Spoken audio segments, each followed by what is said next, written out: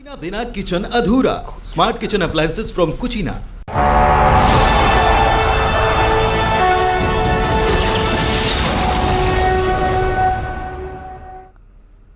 नमस्कार, बहुत स्वागत है आपका इस बुलेटिन में। मैं हूं आपके साथ अवंतिका श्रीवास्तव। सबसे पहले आपको आगरमालवा लिए चलेंगे। मुख्यमंत्री शिवराज सिंह चौहान वहां पर पहुंचे हैं। सीधी तस्वीरें आपको दिखा देते हैं।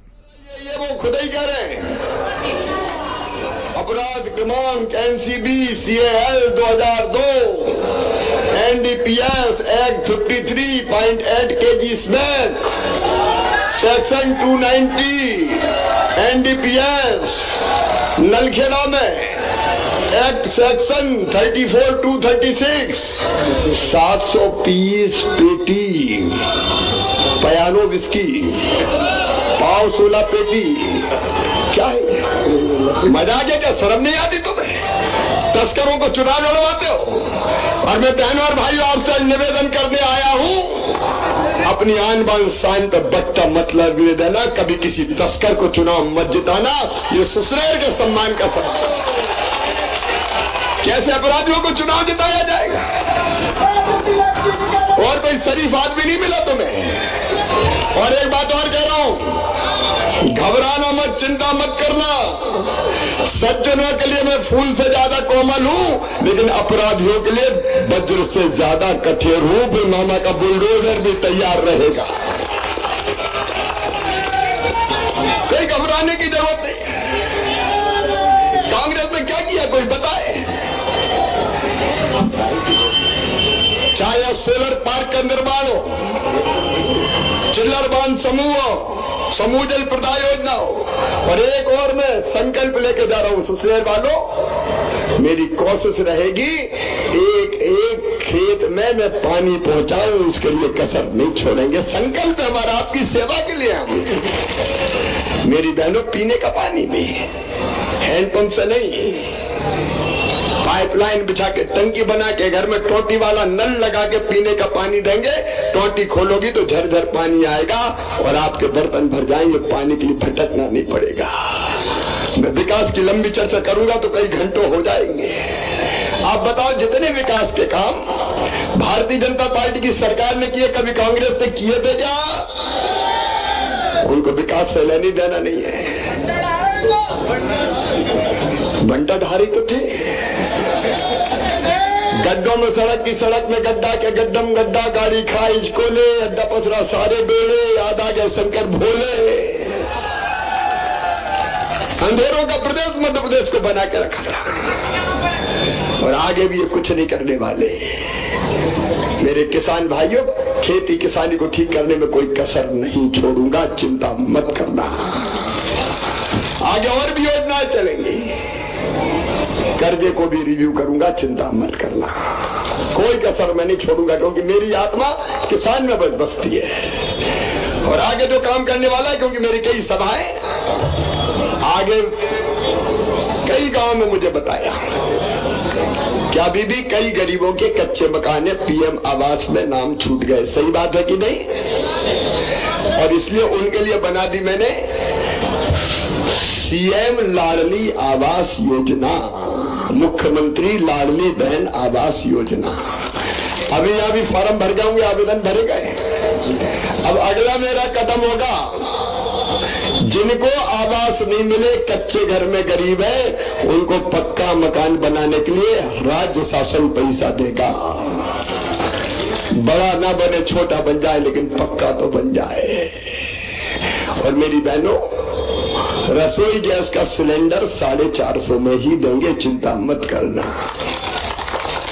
बिजली के जिनके बड़े बिल आए वो भी चिंता मत करना। गरीब निम्न मध्यम वर्गीय बड़े हुए बिल मैं भरवाऊंगा, तुम्हारा बिल 100 रुपया महीने ही आएगा। जनता की जिंदगी बदलने के लिए हम काम कर रहे हैं। और मेरे बेटा अभी कह रहे थे आई लव यू, और छोटे छोटे बच्चे माँ की गोद में बैठे बैठे कहते मामा ओ मामा। अभी दौड़ रहे थे जरा जरा से बच्चे मामा मामा। ये नहीं जानते कि सीएम क्या होता है, ये तो ये जानते कि दुबला पतला आदमी अपना मामा लगता है। शिक्षा में आमूलचूल परिवर्तन करेंगे हम। सीएम राज स्कूल बना रहे हैं। यहाँ कहाँ बन रहा है? 2 बन रहे हैं हमें, नलखेड़ा और सुसनेर। एक स्कूल की बिल्डिंग कितने रुपया की है? केवल बिल्डिंग है 35 करोड़ रुपया की, 35-36 करोड़ की। मेरे बहनों और भाइयों, यहाँ लखपति, अरबपति, करोड़पतियों के बेटा बेटी पढ़ते हैं, उनसे बेहतर सरकारी स्कूल बना के दूंगा शिक्षा की बेहतर व्यवस्था के लिए। गरीब के बेटा बेटी ढंग से शिक्षा प्राप्त करे, वहां lab, library, smart class, playground. बस लेने जाएगी, बस छोड़ने जाएगी। और राणा साहब, रोडमल नागर जी, जिलाध्यक्ष जी, सुसनेर विधानसभा में 2 बन रहे हैं, 8 और कुछ 10 सीएम राज स्कूल बनाएंगे हम। और इसलिए हर 25-30 गांव के बीच में एक स्कूल। बस जाएगी, बस लाएगी, बस छोड़ेगी। कांग्रेस ने कितना कबाड़ा किया, बच्चों की शिक्षा ऐसी छोड़ दी बेहाल। मैं अपने बेटा बेटियों की व्यवस्था करता हूं, साइकिल की व्यवस्था, किताबों की व्यवस्था,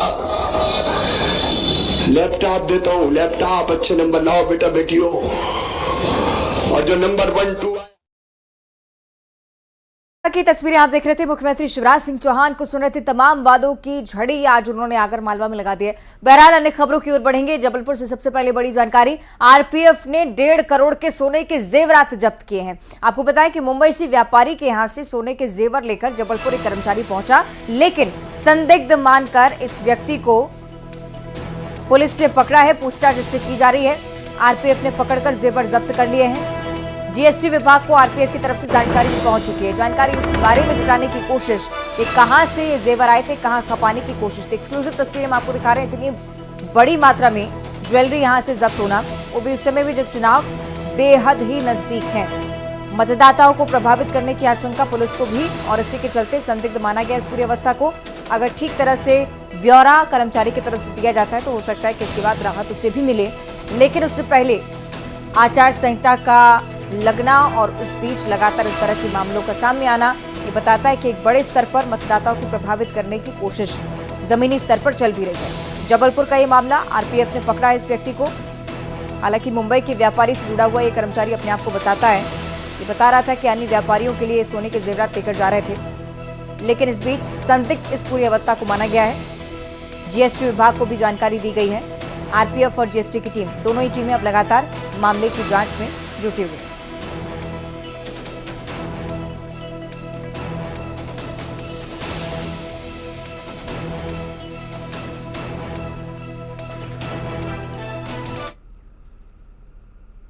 आगे बढ़ते हैं। अगली खबर बलौदाबाजार से है, जहां आबकारी विभाग ने बड़ी कार्रवाई की है और 80 लीटर कच्ची शराब को बरामद किया है।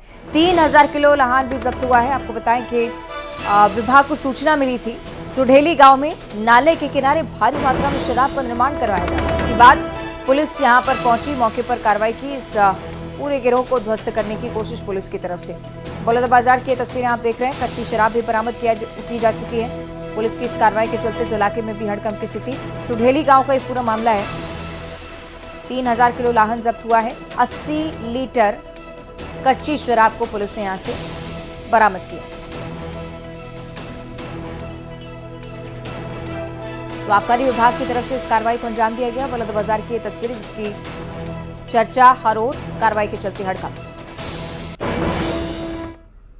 और अगली खबर बिलासपुर से है, जहां 2.5 लाख की साड़ियां मिली हैं। पेट्रोलिंग के दौरान 200 नग साड़ियां पाई गई। कोटा थाना क्षेत्र के ग्राम जोकीपुर भैंसाझार का यह पूरा मामला सामने आया है।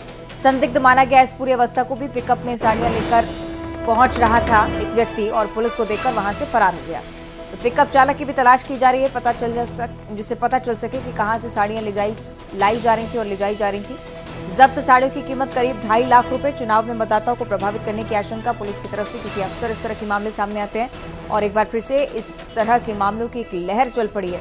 बिलासपुर में ये कार्रवाई आपने देखी, लेकिन रायपुर, दुर्ग से भी इस तरह के मामले लगातार सामने आते हुए चुनाव में साड़ियां बांटने को लेकर आशंका पुलिस को भी है और हो सकता है कि इसी डर के चलते व्यक्ति भी पेट्रोलिंग जो वाहन चला रहा था वो भी छोड़ के भाग गया हो। पेट्रोलिंग के दौरान पुलिस को बड़ी कामयाबी मिली। आगे बढ़ते हैं। धार में कांग्रेस प्रत्याशी पर केस दर्ज हो चुका है। गंधवानी से कांग्रेस प्रत्याशी उमंग सिंघार की बात करें, जिनके खिलाफ मामला दर्ज हुआ है। प्रचार वाहन से 26 पेटी अवैध शराब पकड़ी गई है। 3 और लोगों पर केस दर्ज हुआ है। ग्राम अवल्दा में शराब पकड़ी गई। गंधवानी थाना पुलिस ने केस दर्ज किया है। एक बार फिर से ऐसे मामला जिसमें आप ये देख रहे हैं कि मतदाताओं को लुभाने के लिए लगातार इस प्रकार का क्रम जमीनी स्तर पर जारी है, लेकिन दूसरी तरफ पुलिस की सक्रियता भी लगातार बढ़ती हुई। धार का ये नजारा, जहां कांग्रेस प्रत्याशी पर मामला भी दर्ज हुआ है। उमंग सिंघार पर यह आरोप है कि 26 पेटी अवैध शराब जो पुलिस ने पकड़ी है वो मतदाताओं को प्रभावित करने के लिए, लुभाने के लिए ले जाई जा रही थी, जिससे उनके पक्ष में वो वोट करें। तो ग्राम अवल्दा से शराब पकड़ी गई। गंधवानी थाना पुलिस ने केस दर्ज किया है। जानकारी जुटाई जा रही है पुलिस की तरफ से कि कहां खपाने की तैयारी शराब को थी। आगे बढ़ते हैं, बात करेंगे दतिया की, जहां कांग्रेस को एक बड़ा झटका लगा है। कांग्रेस को एक और बड़ा झटका, और इसी सिलसिले में ये बड़ी जानकारी कि पूर्व जिलाध्यक्ष बीजेपी में शामिल हो चुकी हैं। पूर्व पार्षद उषा नाहर भी भाजपा का दामन थाम चुकी हैं। गृहमंत्री नरोत्तम मिश्रा की मौजूदगी में उषा नाहर का स्वागत पार्टी में हुआ है। भाजपा में आने पर भाजपा की पट्टिका पहनाकर उनका स्वागत। तो दतिया से जानकारी, गृहमंत्री नरोत्तम मिश्रा की मौजूदगी कार्यक्रम में थी।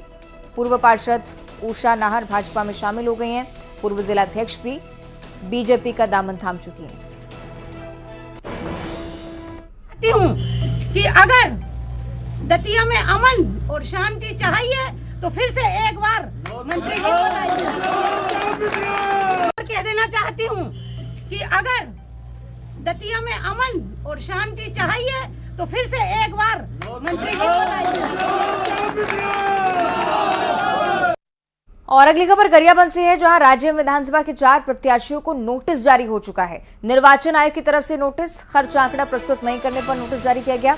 48 घंटे के अंदर इन चारों प्रत्याशियों को जवाब स्पष्ट करना होगा। भुवनेश्वर निषाद, संतोष साहू, ये 2 महत्वपूर्ण नाम, और उनके अलावा 2 और अन्य व्यक्ति हैं जिन्हें नोटिस जारी हुआ है। तो गरियाबंद से बड़ी जानकारी आपके साथ साझा कर रहे हैं। 4 प्रत्याशी जिन्होंने खर्च का ब्यौरा चुनाव आयोग के सामने पेश नहीं किया है। 48 घंटे के अंदर इस नोटिस का जवाब देना बहुत ज्यादा महत्वपूर्ण, अदरवाइज एक बड़ी कार्रवाई भी आप देखते ही हैं जो चुनाव आयोग की तरफ से अक्सर की जाती है। हो सकता है कि चारों प्रत्याशी की मुश्किल इसके बाद बढ़े।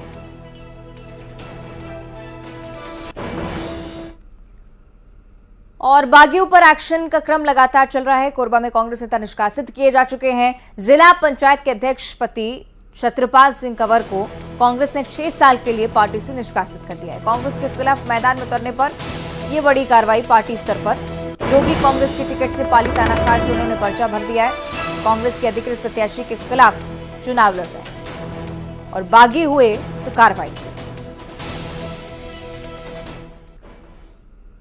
और दूसरी तरफ बीजेपी की प्रचार प्रसार की रफ्तार लगातार बढ़ती हुई और इसे और ज्यादा बल देने के लिए केंद्रीय मंत्री ज्योतिरादित्य सिंधिया इंदौर पहुंचे थे। इस दौरान उन्होंने बीजेपी प्रत्याशी मधु वर्मा के समर्थन में वोट मांगा। मंच से सिंधिया कांग्रेस पर जमकर हमलावर नजर आए और सिंधिया ने जीतू पटवारी पर निशाना साधते हुए कहा कि वो खिलाड़ी हैं और कब किसके साथ क्या करें इसका भगवान ही माने। क्योंकि राव के मतदाताओं में से 30% मतदाता का जन्म भी 2003 में नहीं हुआ था। उन्होंने वो कालखंड नहीं देखा है, वो अनुभव नहीं किया है जब मध्य प्रदेश में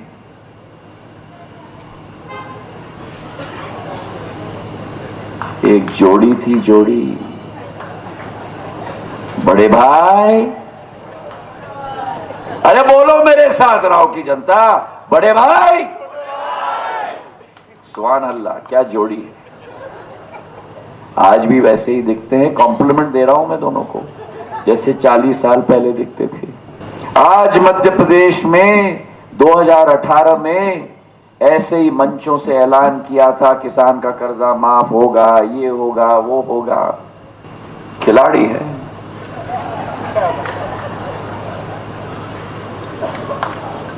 कब कहां से अंदर आ जाए, कब कहां से बाहर चला जाए, किसकी क्या स्थिति करे भगवान ही मालिक है। तो प्रदेश में चुनावी सरगर्मियां तेज हैं। बीजेपी हो या कांग्रेस हो या फिर कोई अन्य पार्टी हो, जनता को साधने में कोई कसर नहीं छोड़ना चाहता। यही वजह है कि नेताओं के ताबड़तोड़ दौरे लगातार चल रहे हैं। बीजेपी प्रदेश अध्यक्ष वी डी शर्मा लांजी विधानसभा क्षेत्र पहुंचे, रोड शो उनका हुआ। सड़कों पर जनसैलाब उमड़ पड़ा, सड़क बीजेपी के झंडों से पट्टी गई। और ये भी आपको बताएं कि लांजी से राजकुमार कराहे मैदान में उतरे बीजेपी की तरफ से। इस सीट पर जीत के लिए प्रदेश अध्यक्ष वी डी शर्मा पूरी ताकत झोंकते।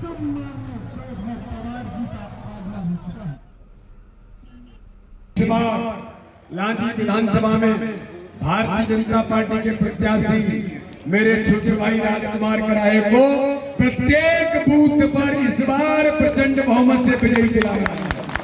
और माननीय प्रधानमंत्री मोदी जी के नेतृत्व में, मध्य प्रदेश की भारतीय जनता पार्टी की सरकार के नेतृत्व में हम सब लोग मिलकर के विकास और गरीब कल्याण जो मध्य प्रदेश के अंदर भारतीय जनता पार्टी की सरकार ने काम किया है और हर गरीब के जीवन को बदलने का अभियान पूरे देश और मध्य प्रदेश के अंदर लिया है।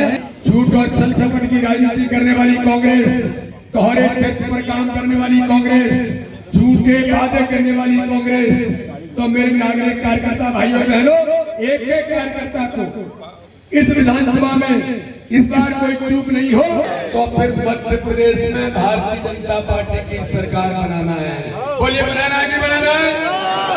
तो सरकार बनाना है तो लांजी विधानसभा से राजकुमार कराहे को जीत के यहाँ से भोपाल पहुंचाना है। कार्यालय बंद करके 17 तारीख को सुबह 6 बजे हर कार्यकर्ता को उठ करके सबको फोन करके अपने घर के वोट, अपने पड़ोसी के वोट सबसे पहले 10:30 बजे तक हम मतदान केंद्र में जाकर के कमल का बटन दबाकर अगर हमने ये काम कर लिया एक एक कार्यकर्ता ने मिलकर के, तो हमेशा जी कहते हैं 12 बजे ही भारतीय जनता पार्टी की जीत। और इधर सीधी में चुनाव के बीच बीजेपी प्रत्याशी का ऑडियो जबरदस्त वायरल हो रहा है। वायरल ऑडियो में बीजेपी ब्राह्मण कार्यकर्ताओं को प्रचार नहीं करने और पटेलों के साथ मारपीट विवाद नहीं करने की हिदायत दे रहे हैं। न्यूज़ 18 इस वायरल वीडियो की पुष्टि हालांकि नहीं करता है।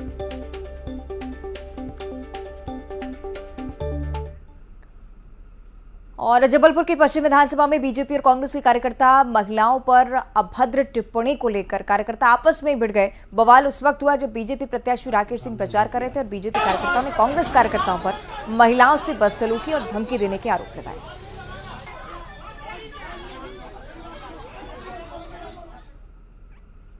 और इसी के साथ बुलेटिन में इतना ही। देखते रहिए न्यूज़ 18।